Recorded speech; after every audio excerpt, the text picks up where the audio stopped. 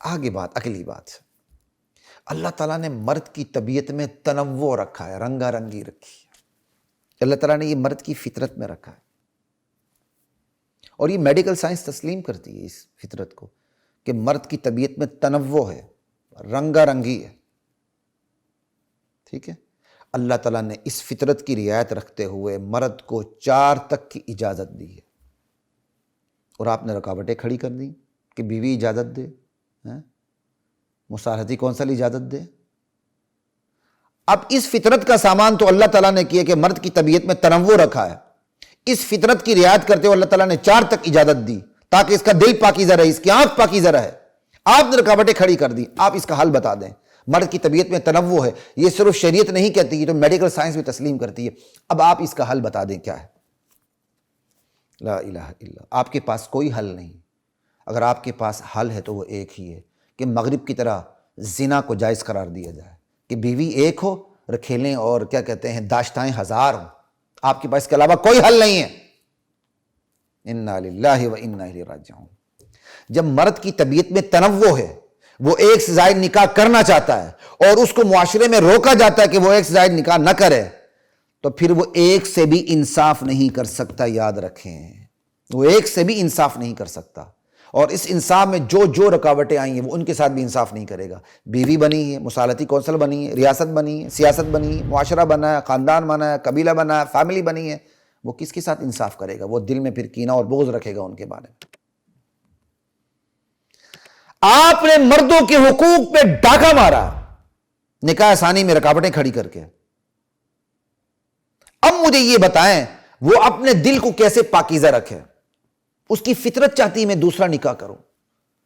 آپ کی فطرت چاہتی ہے کہ میں آج چلو جی میں چھوٹا گوشت نہیں کھاتا ہوں، مچھلی کھاتا ہوں، اور آپ کو کوئی مچھلی سے روک دے، آپ بے قابو ہو جاتے ہیں۔ آپ کی فطرت چاہتی ہے میں آج دال کھاؤں گوشت نہ کھاؤں، آپ بے قابو ہو جاتے ہیں۔ آپ کی فطرت چاہتی جی آج میں دال نہ کھاؤں گوشت کھاؤں، گوشت نہ کھاؤں دال کھاؤں۔ اگر اس چھوٹے لیول پہ آ کے آپ اپنی فطرت کو قابو میں نہیں رکھ سکتے،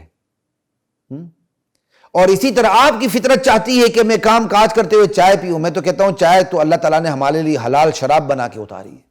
میں بھی چائے کے بغیر چل ہی نہیں سکتا ہوں، میرے لیے مشکل ہو جاتا ہے۔ جب میں چائے کا سوچتا ہوں تو میں حیران ہوتا ہوں کہ صحابہ نے شراب کو کیسے چھوڑا تھا، بہت بڑا کمال تھا، ہم چائے نہیں چھوڑ سکتے۔ آپ نے ایک جائز فطرت سے ایک بندے کو روکا، اس کی طبیعت میں ہلچل مچ گئی، توازن وہ برقرار نہ رکھ سکا۔ یہ تو چھوٹے لیول پہ بات کر رہا ہوں۔ بڑے لیول پر اور بڑی سطح پر جا کر جب آپ فطرت کے تقاضوں سے مرد کو روکیں گے یا عورت کو روکیں گے تو پھر اس کے کیا نتائج مرتب ہوں گے؟ یہاں تو بات چونکہ مرد کی ہو رہی ہے کہ آپ مرد کو اس کی فطرتی تقاضوں سے روک رہے ہیں، اس کے شرعی حقوق سے آپ محروم کرنے کی کوشش کر رہے ہیں۔ تو چھوٹی سطح پر تو میں نے آپ کو بتا دی کہ چھوٹی سطح پر اگر فطرتی تقاضوں کو روکا جائے تو بندے کے جسم میں، اس کی روح میں ہلچل مچ جاتی ہے۔ بڑی سطح پر آ کر فطری تقاضوں سے روکا جائے تو بتائیں کہ اندر کتنی ہلچل مچے گی۔ اس وقت قانونی سطح پر مرد کو اس کے فطری تقاضوں سے بڑی اوپر کی سطح پر روکا جا رہا ہے، اس کو نکاح ثانی سے روکا جا رہا ہے، رکاوٹیں ڈالی جا رہی ہیں۔ اب ہلچل مچے گی، اور اس ہلچل کے اندر اگر اس سے گناہ ہوں گے یا وہ کسی اور تشدد پہ اتر آئے گا تو اس کا گناہ کس پر ہوگا؟ لا الہ الا اللہ۔ اس کے فطری تقاضوں سے اسے روکا گیا۔ سوال یہ کہ وہ اپنے آپ کو گناہوں سے پاک کیسے رکھے؟ آپ کے پاس کوئی حل ہے تو بتائیں، اگر آپ واقعی گناہ کو گناہ سمجھتے ہیں۔ ہاں، اگر آپ کے پاس گناہ آپ کیا کہتے ہیں گناہ کو گناہ ہی نہیں سمجھتے تو پھر تو آپ سے سوال بھی نہیں بنتا۔ لا الہ الا اللہ۔ ایک مرد جس کو روکا گیا وہ اپنے آپ کو گناہوں سے کیسے رکھے، پاک رکھے، کیسے پاک رکھے؟ چلیں جی، اس نے اب گناہوں سے اپنے آپ کو پاک رکھنا شروع کر دیا، بہت محنت کر رہا ہے، روزوں پر بھی اتر آیا۔ مجھے یہ بتائے خیالات کو پاکیزہ کیسے رکھے؟ کیا آپ کے پاس اس کا سولوشن ہے سوائے اس کے کہ گھر کے اندر جو نوکرانیاں آ رہی ہیں ان پر گندی نظر ڈالے، جو گھر کے اندر نامحرم رشتہ داریاں آ رہی ہیں ان پر وہ نظر ڈالے، گھر کے باہر جائے تو جو بے پردہ ہو کے چلتی ہیں ان کو ٹیڑھی نگاہوں سے ان کو دیکھنا شروع کر دے، رال ٹپکائے، رات کو خواب دیکھے؟ یہی آپ کے پاس سولوشن ہے؟ اور کیا ہے آپ کے پاس سولوشن؟ لا الہ الا اللہ۔ آپ کو بھوک لگتی، پیاس لگتی ہے، آپ کو روکا جائے تو آپ پہ کیا گزرے گی؟ ایک فطری خواہش سے آپ کسی کو روکتے ہیں، اس کے لیے بھی آپ قانون بناتے ہیں، تو جو مرد پہ گزرے گی اور جو گزرتی ہے اس کے نتائج آپ اخبارات میں بھی دیکھتے ہیں، پرنٹ میڈیا میں دیکھتے ہیں، الیکٹرانک میڈیا میں دیکھتے ہیں۔ بڑی بڑی عمر کے لوگ ہوتے ہیں، ان سے غلطیاں سرزد ہوتی ہیں، بڑے بڑے تقویدار ہوتے ہیں، ان سے بلنڈر سرزد ہوتے ہیں، ٹھیک ہے، جن سے امید نہیں ہوتی ان سے بلنڈر سرزد ہو رہے ہوتے ہیں، بڑی بڑی عمر کے بابے ہوتے ہیں وہ بیچارے پکڑے جاتے ہیں، یا آپ راستوں میں دیکھتے ہوں گے بڑی بڑی عمر کے لوگ ہوتے ہیں وہ کنکھیوں سے کہیں اور دیکھ رہے ہوتے ہیں۔ اس کے پیچھے وجوہات کو تلاش کریں تو ایک بہت بڑی وجہ یہ ہے کہ مرد کو اس کے فطری تقاضوں سے قانوناً روکا گیا ہے۔ معاشرہ روکتا ہے، اولاد روکتی ہے، پہلی بیوی روکتی ہے، کام قبیلہ روکتا ہے، سسرال روکتا ہے، بلکہ اپنے ماں باپ، اپنے بہن بھائی روکتے ہیں، اپنی اولاد روکتی ہے، اپنا بلڈ ریلیشن روکتا ہے۔ لا الہ الا اللہ۔ اس سے بھی اگر ہم تھوڑا سا مزید اس کو دیکھیں، ایک خوشحال مرد ہے، بھرپور غذا کھاتا ہے، بھرپور غذا کھاتا ہے، اس کی غذا کیلوریز سے بھرپور ہوتی ہے، اب بتائیں وہ اپنی حیوانی فطری ابال کو کیسے قابو میں رکھے؟ یہ میں آپ کو مفت میں فرضی باتیں نہیں کر رہا، لوگ ہم سے بات کرتے ہیں اور معاشرے کو بھی ہم اللہ کا شکر ہے دیکھتے ہیں۔ شاید میں اس سے پہلے بتا چکا ہوں کہ مجھے یاد نہیں آ رہا، یعنی پاکستان کی ایک بہت بڑی کنسٹرکشن کمپنی جس کے کرتا درتا میں سے ایک اہم ترین فرد، اس نے مجھے خود بات بتائی کہ بھائی ہماری خوراک کتنی بھرپور کیلوریز کی ہوتی ہے، اب اگر ہم جائز طریقے سے دوسرا تیسرا نکاح نہ کریں، دوسرا نکاح نہ کریں، تو پھر ناجائز میں ہم پڑے ہی پڑے۔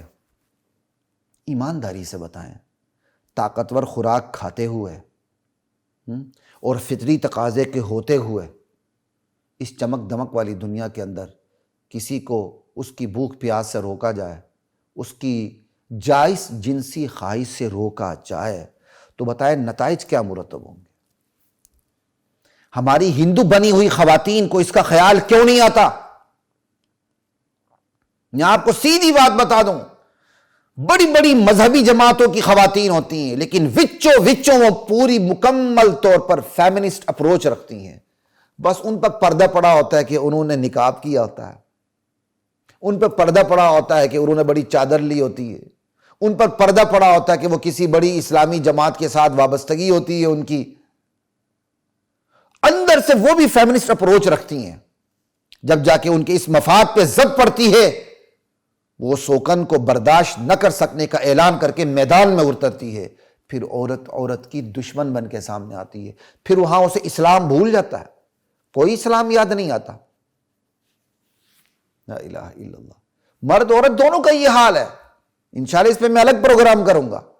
ہم نے اپنے اپنے مفاد کے اسلام لیا ہوا، عورت نے اپنے مفاد کا، مرد نے اپنے مفاد کا۔ مرد کو دوسری شادی کی سوچتی وہ اسلام کا نام لیتا ہے، جیسے ہی بہن کو شرعی وراثت میں حصہ دینے کی بات آتی ہے تو وہاں اسلام اسے بھول جاتا ہے۔ عورت جب وراثت میں حق مانگنے لگتی ہے اسے اسلام یاد آ جاتا ہے، وہی عورت اس کے اوپر اس کا میاں سوکن لاگنے لگتا ہے تو اسلام بھول جاتی ہے، فٹ سے فٹافٹ بھول جاتی ہے۔ وہاں کوئی عالمہ بھی ہو اور کسی بہت مشہور ترین اسلامی جماعت سے تعلق رکھنے والی ہو، خواتین کے فلاح و بہبود کا کام بھی کرنے والی ہو، غراتے ہوئے سامنے آ جاتی ہے، خبردار، وہ پوری کیا کہتے ہیں ہندوؤں کی نمائندہ بن کے سامنے آتی، تیری ٹانگیں توڑ دوں گی اگر تو نے دوسرا نکاح میرے اوپر کیا تو۔ مزید آگے چلتے ہیں، مزید اس تہذیب کو ذرا دیکھیے، شیطانی تہذیب، جہاں ہر طرف مستیاں ہیں، بدمستیاں ہیں، خرمستیاں ہیں، مخلوط ماحول ہے، پردے کا تصور نہیں، چمک دمک ہے دنیا کی، ٹھیک۔ ایسے میں مغرب نے تو بہت حقیقت پسند ہو کے فیصلہ کر لیا۔ حقیقت پسندی کا مطلب دنیاوی حوالے سے، آخرت کو نتھی کر کے نہیں۔ مغرب نے تسلیم کر لیا کہ مرد کی فطرت میں بھی ابال آ چکا ہے، عورت کی فطرت میں بھی ابال ہے، کیا کیا جائے؟ جیسے بھوک پیاس لگتی ہے، اس کی جنسی خواہش کو ابال آیا ہوا ہے، کیا کیا جائے؟ مغرب نے زنا کو لیگلائز کر دیا کہ ذرا بھوک لگتی، پیاس لگتی ہے، جنسی خواہش کی بھی بھوک پیاس لگتی ہے، تو اس نے زنا کو لیگلائز کر دیا، زنا کو لیگلائز کر دیا حقیقت پسند بنتے ہوئے، آخرت سے نتھی نہ کر کے، صرف دنیا کو سوچ کر حقیقت پسند بنتے ہوئے انہوں نے زنا کو لیگلائز کر دیا۔ انہوں نے اس کا یہ حل شیطانیت میں ڈھونڈا کہ مرد اور عورت کی فطرت میں جو ابال ہے اس کا حل کیا ہے۔ اس نے یہ علاج شیطانیت میں ڈھونڈا، زنا میں ڈھونڈا کہ باہمی رضامندی سے میرا جسم، میری مرضی، مائی باڈی مائی چوائس، جو بھی ہو جائے بس ٹھیک ہے۔ میں مسلمانوں سے سوال کرتا ہوں، مسلمان ریاست سے سوال کرتا ہوں، مسلمان قائدین اور معاشرے سے سوال کرتا ہوں، خاندان کے بڑوں سے سوال کرتا ہوں، آپ نے کیا علاج ڈھونڈا اس کا؟ کیا علاج ہے آپ کے پاس؟ بتائیں ذرا۔ مغرب نے تو علاج ڈھونڈ لیا، آپ علاج ایسا تلاش کر سکتے ہیں کہ مرد نکاح نہ کرے، زنا کرے؟ سمجھ آئی؟ یہ تو شریعت نے پہلے دن علاج تجویز کر دیا تھا کہ مرد 1 سے لے کر 4 تک شادی کر سکتا ہے، اور ابتدا بھی 1 سے نہیں کی، 2 سے کی۔ 1 پر تب اسلام آیا جب تم عدل نہ کر سکو تو، وگرنہ اسلام آغاز ہی 2 سے کرتا۔ اسلام نے تو اس کا علاج نکاح میں ڈھونڈا، مغرب نے اس کا علاج زنا میں ڈھونڈا۔ دونوں حقیقت پسند، اسلام بھی حقیقت پسند اور مغرب بھی حقیقت پسند۔ مغرب کی حقیقت پسندی بڑی محدود دائرے میں، بہت محدود دائرے میں، دنیا کی حد تک حقیقت پسند، آخرت کے بارے میں مغرب اندھا، اس لیے جہنم کا راستہ کھلا ہے۔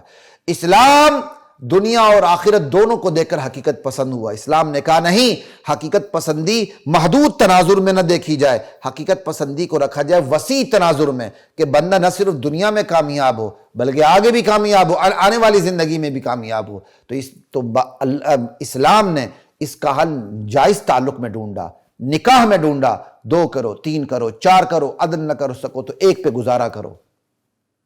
اور مغرب نے محدود حقیقت پسندی کو دیکھتے ہوئے، آخرت کو فراموش کرتے ہوئے، دنیا کو دیکھتے ہوئے اس کا آسان علاج زنا میں ڈھونڈا۔ اب آپ نے نکاح پر پابندی لگائی، نکاح پہلی بیوی کی مرضی کے بغیر نہیں ہو سکتی، ادھر سے آپ زنا کو بھی جائز نہیں کہہ سکتے کیونکہ شناختی کارڈ میں مسلمان تو لکھا ہوا ہے نا آپ کے ساتھ۔ تو اب آپ نہ زنا کی طرف جا سکتے ہیں نہ آپ نکاح کی طرف جا سکتے ہیں، تو بتائیں کیا علاج ہے آپ کے پاس؟ صم بکم عمی فہم لا یرجعون، یہ آیت اتری ہے کافروں کے لیے، لیکن چسپاں آپ جیسے لوگوں پر ہوتی ہے جو اسلام کے فطری تقاضوں کے اوپر پابندی لگانے کی کوشش کرتے ہیں۔ لا الہ الا اللہ واللہ اکبر۔ آپ نے یہی علاج ڈھونڈا ہے کہ شوہر نامدار کو ہتھکڑیاں لگا دی جائیں، بیڑیاں ڈال دی جائیں پاؤں میں، ہاتھوں میں ہتھکڑیاں ڈال دی جائیں، اصلاح ہو جائے گی، دوسری شادی سے بعد آ جائے گا۔ کیا کبھی ایسا ممکن ہوا ہے؟ انا للہ و انا الیہ راجعون۔